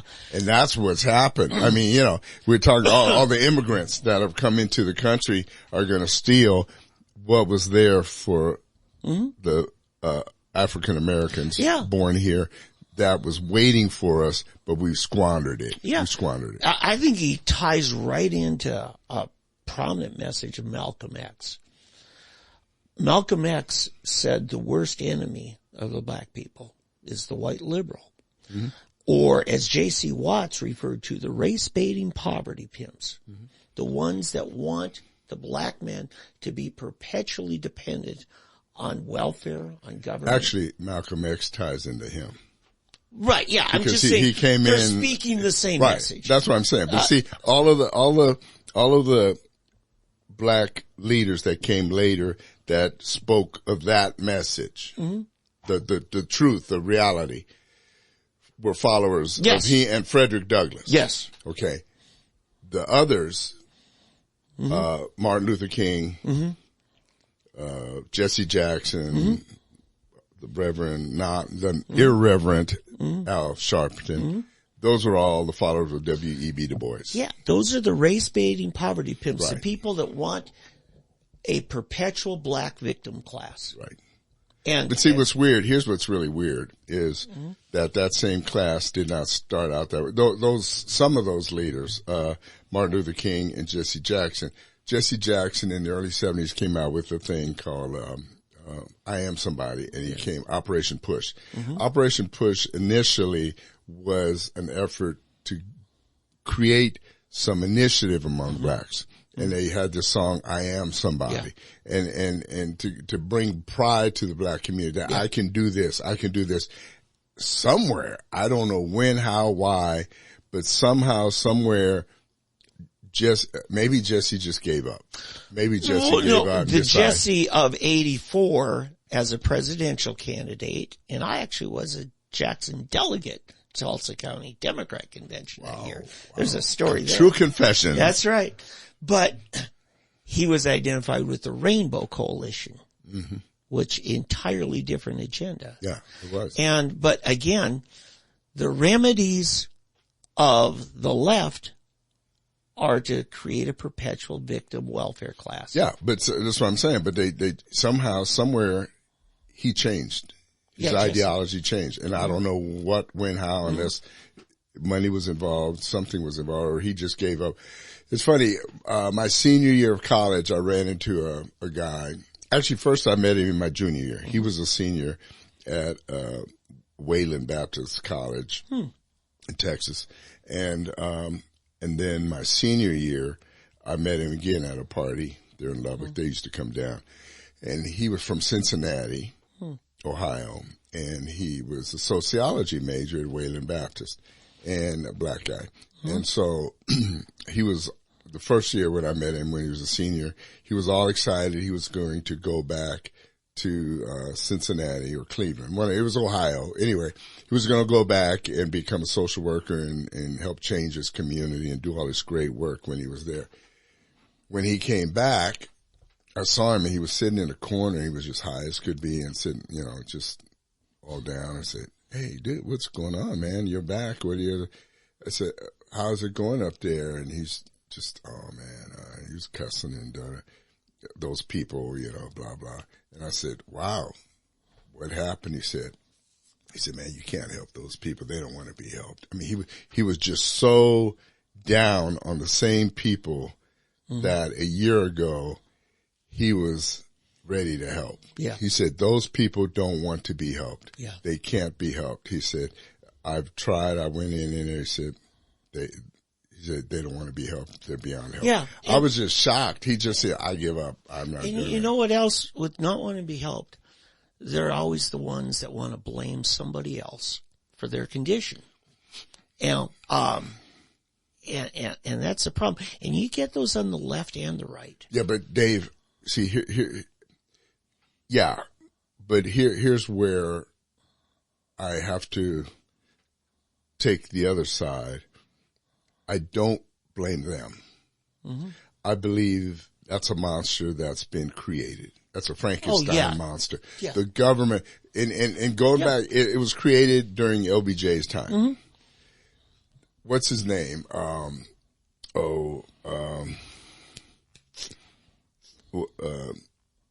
it was during LBJ's time. I can't remember who it was in his embassy, but they came up with the Great Society programs. Mm-hmm. And it's funny, my uncle in Philadelphia, he told me somebody came to him one time. He says, "Sir, would you like to join the president's Great Society program?" You know, and he said, "Yeah, as a victim," you know, and but they were this program was supposed to help the black man. It's what welfare actually got started. Yeah, the whole poverty program. Will be gone in 10 years. Right, and it's turned out to be just nothing but a nightmare. Yeah. And it's once people learn how to milk that system, it goes back to the Mayflower. You've heard the story about when the Pilgrims first came. They tried a socialist type system. Yeah, communism. Right. Well, it wasn't communism. It was just basically socialism. Right. And it didn't work because you had the people who enjoyed not doing anything and still getting a piece of it. And when they finally had to change it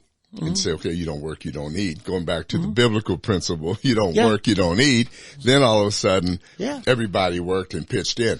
Well, I call it a communism because they lived as a commune. Right. I mean, I have a friend that spent 10 years at communism. Rather than communism. Jesus communism, People USA up in Chicago. Yeah. Good friend that spent over 10 years there. Yeah. They picked his wife for him, or at least approved. Right. His wife. No, I know. You know, and all this stuff. And you had nothing. It was whatever the common purse. We have. It was the common purse. We will share. Right. Yeah. Common purse. And it just, you lose the motivation for personal ambition or personal faith to believe God to provide for you. Right. Yeah. Yeah. There were several of those. There was remember the band Servant? Yeah. Out of Oregon. Yeah. Agape Force was another. Yeah. There were a bunch of these Christian communes and they all fell apart. Yeah. Because it's the nature of man. I mean, it's human nature for man that if they can take I don't know if we talked about this, the whole hippie movement. Yeah. I think the hippie movement had the right intention. You know, I think the original intent and idea, you had people with pure ideas, but then you had corrupt rascals come in, take advantage. Oh, hey, free love equals free something else. Yeah. And it just ruined everything. Yeah. So this is where sincere Christians, stupid but sincere, you know, it didn't work there, just like on the national level. Margaret Thatcher says the problem is you eventually run out of other people's money. Right. Hello, Venezuela. Yeah. They were the wealthiest nation in South America 20 years ago. Yeah. Yeah, it's crazy. Hey, quickly, we don't have that much time, but listen, got to talk about the balloon. Traversing America. Yes, I've got a different solution, but Well, okay, I just got a flash here this morning that Biden administration now is going to shoot it down once it gets over the Atlantic. Once it's taken all of its photos and transmitted them back to China, they will shoot it down as it goes. And then they say, and then we can study it. No. I bet you it gets lost in the Atlantic Ocean. This is my point. That's what's going to happen. It's going to get lost. Oh, we tried, but it's gone. This is a training exercise if you'll have it. Send some high altitude helicopters up there, harpoon the thing, then deflate it, and then bring it down on a cable and study every component. Do not let it crash. Do not let it soak and submerge in the ocean. Why not? Yeah. Oh, I believe you could send, there are planes we could, propeller planes you could get up high enough. Yeah, but you want something that can be stationary up there. You don't have to get a station. You've seen these, you know how they, like in a Bond movie, but it's for real where you got guys sitting and they put a balloon up and it has that thing up front.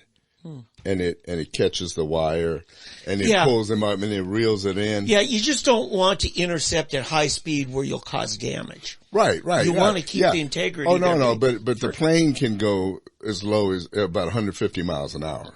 And that's slow enough to be able to.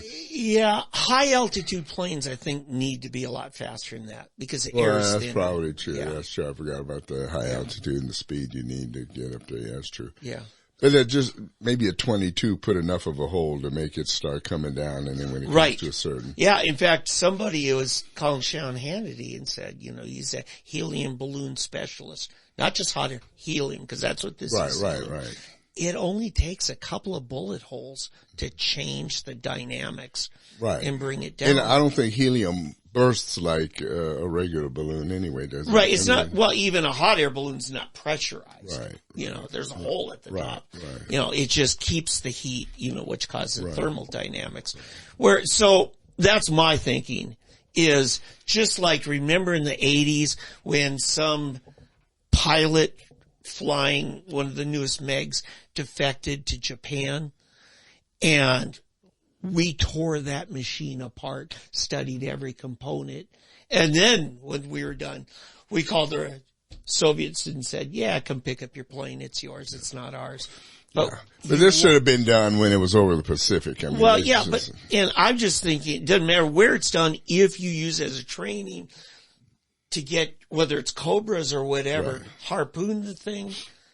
Hang on to the basket. See, my thinking is, why wait till it gets over the Atlantic? Because even if we do shoot it down and get it all the way down, the Chinese will have all of the information that they need. You have to assume that it's got real-time communication. And they're not stupid enough to let us get it. I believe it has a self-destruct mechanism on it. I bet you anything, by the time it finishes and gets over the U.S., that it will self-destruct. That's a good point.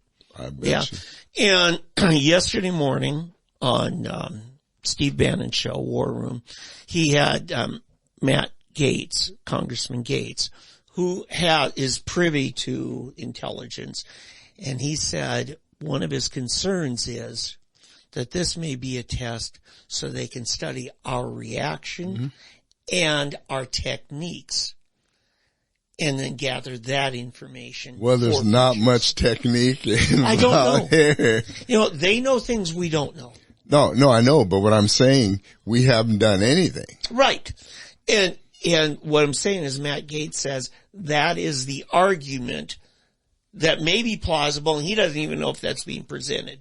But for whatever reason, that would be one plausible explanation. That we're not reacting to, so that we don't because we tip don't our want them hand. to see what our reaction I see what you're saying. They may know we have technology, and they're going to confirm it through something like this. Yeah, it shouldn't have taken technology, and F-16 or F-15 to blow it down over the Pacific should have been the reaction. Hey, you want to see our reaction? I would agree with that, but I think the better thing to do strategically is to commandeer it and save it intact so we can study it. Well, now it is, but I wouldn't have let it go over the United States, especially since it went over Air Force bases in Montana, once it hit Nebraska, Montana, and it came through. Went over NORAD. I mean, in Nebraska, Kansas City radar, the air traffic controllers, Kansas City were getting reports. And then Missouri, it came across. That's where the B-2 bombers are all in Missouri. Exactly. And I mean, it's gotta, somebody already knows where all of those spots are. And I don't know where everything else, Yeah, my question is, if you got Google satellites and everything, but then I thought, maybe there's something they're not privy to. Maybe there's something Google is not making available, or other means, or stuff like that. Or maybe they lost their mole inside of Google that used to give them that stuff. He got fired. So that's my thought on that. I'd like to hear your thoughts. Give us an email. So, what else is fresh on? We have got some interesting stuff at the Capitol. I need to tell you about. One senator has got a bill that says even if you're an adult, you want to do a sex change, not until you're at least 26. The cowards always pick on the young, the college age. They get restricted from things that an adult's supposed to have the autonomy of. So I'm against that, Senator Bullard, because of the precedent it sets, that we get to have a voice on your healthcare decision once you're an adult, even though you're paying for it. You know, it's your body, all these things. We get to mandate. I'm against that for other precedent, like vaccine decisions and other stuff like that. Yeah. No, I agree. But you do agree that there should be an age limit. Well, I think when you're a minor, I think the state has a vested interest in protecting right. So you think 18 or 21 should be... The age of majority. Okay. Once you reach age of majority. Which is the age of majority? Which age? 18 or 21? 18 is. 21 is not. That's a myth. See, we're already doing that. So you think we 18-year-olds should be able to drink? Generally, yeah. I agree. Yeah. I agree. Yeah. And remember, for a time, you could. Remember, or depending on the state. I remember my home state, my brother, when he turned 18, he was still a high school student, and he could have beer. Now, there's still rules. You couldn't be intoxicated in public. You couldn't bring it on government grounds, all kinds of things like school grounds. But, yeah. And, I'm a teetotaler. But I'm not for bringing back prohibition. That didn't work. And it's a liberty principle. I agree with that. I'd like everybody to live like me, Right. But I used to think if my convictions are good enough for me, they're good enough for you too. So be like me.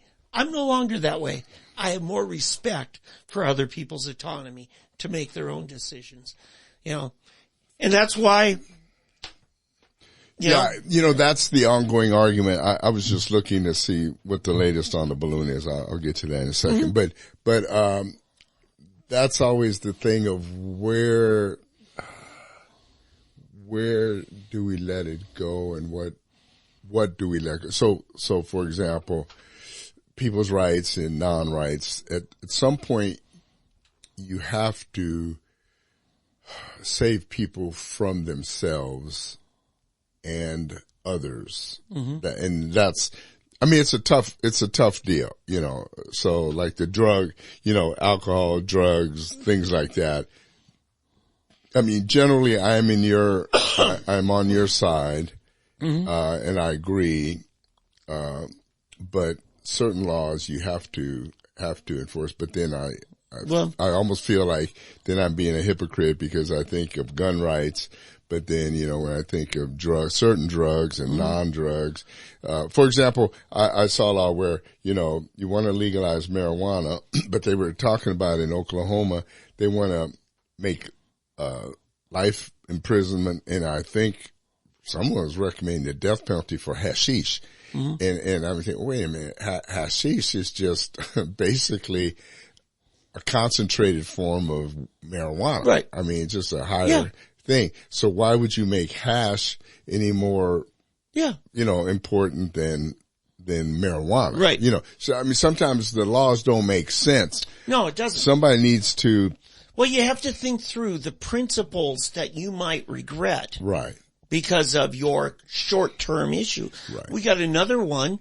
As a friend of mine, good lawmaker Rick West, wants to make it a felony for a transgender to dance publicly in a place where kids will see them. Felony. Okay? And, there's things, and it's because he defines it as wearing women's apparel. Define for me women's apparel. Because I remember a day where good women didn't wear pantsuits. Yeah. And men didn't wear things with flare. But well, no, you can't make that a felony, but you should still you can't go into a school or you can't bring kids into a transvestite show where guys are running around with fake breasts exposed. There's already laws about, contributing to the delinquency of minors. Yeah. Or, corruption. Here, what it gets me to? It's like the gun laws. Mm-hmm. They're not being enforced. The laws we have are not being enforced. So, for example, I've seen some of the videos where they're bringing mm-hmm. children into places where transvestites are allowed to run around exposing body parts mm-hmm. that if a woman does it, it's against the law, but for some reason they're allowing minors to come into a place where these transvestites are doing it. Mm-hmm. And they're not prosecuting. The law doesn't want to get involved in it. Yeah. So there's like a double standard to the law. For instance, if a woman who's actually a woman, biologically a woman, she does the same dance, it's fine. But because a guy does that same dance but dressed like a woman, he gets a felony. And I'm wrong. Well, in this case it would be that way, but what I'm saying, but in this case it's the other way around. It's the other way around. If a woman does this certain dance in a certain outfit or dress with kids present, it's a felony. Oh, yeah. No, it's the other way around. Right, that they're letting the guys off the hook. So what I'm getting at here, this is something for schools and libraries to take responsibility for. And you get problems when you have a big fix at the state level for something that's much better handled at the local level of whatever agency, And I said Rick West, Kevin West. Rick West is, from Eastern Oklahoma. So, there's like 4 Wests in the legislature now. Yeah. But anyway, so we've got to these things. I know what they were thinking, but I disagree with their remedy. Yeah, somebody's got to do something. I mean, bottom line, it's just, if people would just, observe the law. Mm-hmm. I mean, the way I look at it with Democrats, how they like to do, they want more laws with less penalties. Mm-hmm. Okay. Yeah. They want to make a law against everything. Mm-hmm. Europe is like this. Mm-hmm. Did you know in Europe, you're not allowed to step on ants on an ant trail? Oh. Yeah. Seriously. Wow. You'll be fined for stepping on, if like you're in the woods and you going down the thing and there's a whole trail of ants going, you're not allowed to step on, you can't disturb the ants. You can't you're not allowed to wash your car on Sundays, or you're not allowed to clean your house after 9 o'clock or hang photos on your wall and hammer. I mean, they've got all these crazy rules. You're not allowed to warm up your car in the morning. You have to start it and go. You can't warm up your car. I mean, these are rules that they have over there, right? Yeah. And they will call the police on you. Your neighbors will call the police on you if you do Karen it. lives next door. Yeah, I called the police because I ran bath water at 9 o'clock at night one time. And next thing I know, I'm, getting a call. I'm violating some code, that I didn't even know existed. You mean I can't take a bath after 9? Nope. I mean, stupid stuff. Yeah. But this is the liberal mind, okay? That they've got all these stupid rules and you get more and more rules, but then, you're like New York. They've got all these millions of rules against guns and so forth, but then when you get arrested, they let you go. And so the criminals, they don't care. They'll carry their gun. They'll shoot people, but then they get out. Yeah. So, it's like laws without consequences are what?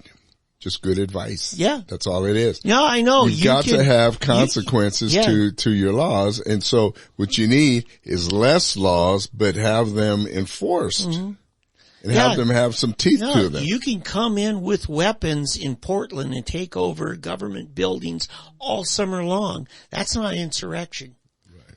Going to the U.S. Capitol on January 6th. With no weapons. With no weapons. That's an insurrection. That's an insurrection. That's right. Yeah. It all depends, Yeah. what furthers whose politics. Well, yeah, and it depends on how big the people are in their own mind. They're legends in their own minds. So. Yeah. Hey, Dave. Yep.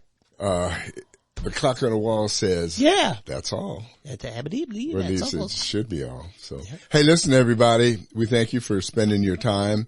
We've been banned from Facebook, so we may have to find a new video. I think I know what they banned us for. It just hit me. I just remembered. I used the N-word, I think, last week. Oh. Do you remember that? Either last week or the week before? I've grown callous to it. Oh, okay. So. Yeah, that could be. Now, they said that this ban on live video ends in a day and a half from now. Oh, a day and a half. Okay. Yeah. So next week we'll be on. We'll be back. Until so they take us off again. Until I say it again. Yeah. Yeah. Yeah. I have been known to offend. Well, it's white supremacy. Yeah. Well, no, here's what's weird. I can go on there right now and find a bunch of videos where they're using it all right and left, but don't use it in the context of political talk or something. Right. Probably Yeah. is what the deal is. You gotta have rap music beat in the background, then you can. So that's what we do. Maybe. So, that's what we'll get a track, and I hit the track every time I start talking. Oh man. I'll never forget that day you were Alina Ashley, black lady on her. So, and the first thing I do is I hate you with your black privilege, and I turned to her and she's like, what did I get into? We need to have her back. We need to have her back. We do. Anyway. Hey, thanks, Dave. Thank you. Thank you for watching. Tell your friends and your enemies. And we'll hopefully talk to you next week. Thank you. Bye.